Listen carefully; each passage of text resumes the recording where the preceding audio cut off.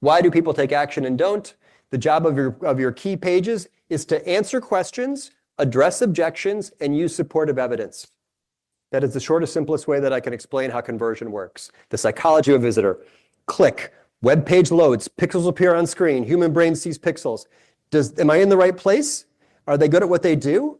Could they do this for someone like me?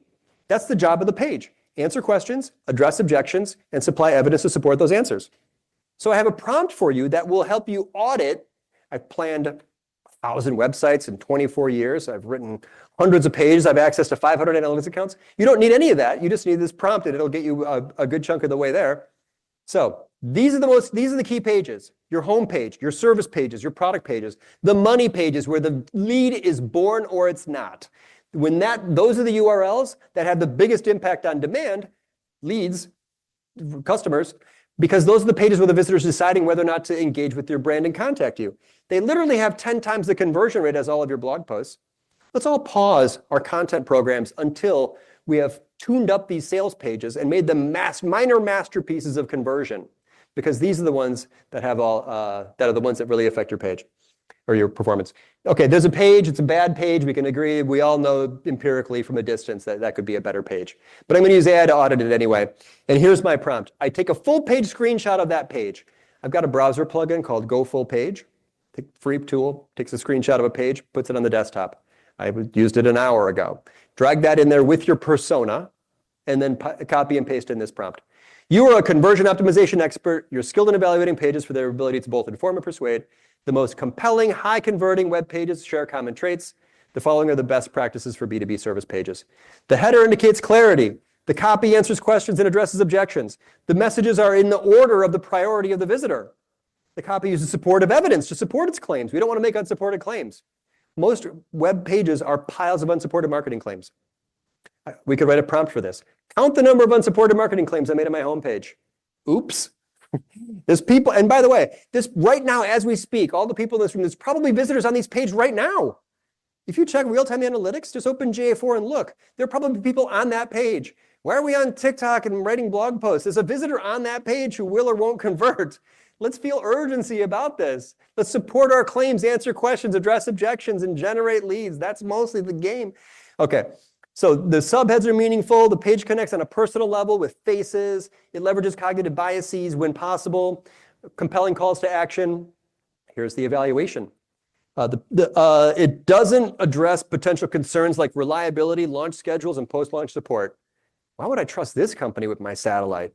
They didn't even talk about support or reliability or technical capabilities. It didn't prioritize based on my critical needs, like technology capabilities and cost effectiveness, right? It made a bunch of claims that it had no evidence, no supportive logos, no case studies. By the way, those supportive evidence elements are probably the only differentiated thing on your page. Go look at any of your pages and ask, could a startup born yesterday write that same exact page? Often, yes. I see big, compelling brands that make pages that just taste like water. There's really nothing there that's different from anyone else. Okay.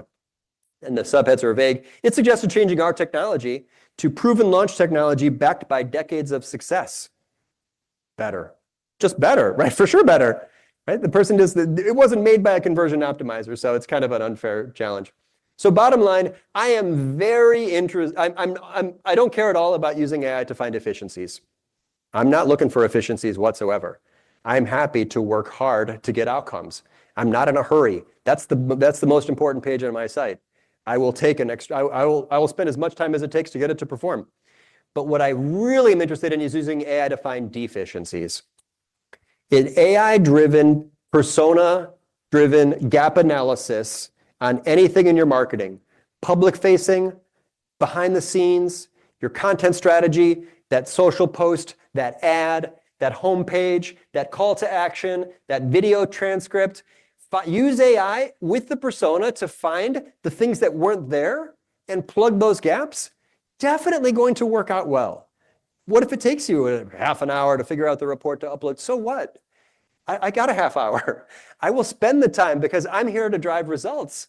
I'm not really looking for, it's like, oh, I can write stuff quickly. That's the least interesting thing you can do with AI, is to quickly write articles. No one should be doing that. Like your audience can do this, write the same prompt. But to do AI-powered persona-driven gap analysis on your key pages. I'm really excited for all of you. If that's a new concept, it's good. This event was a great day for you.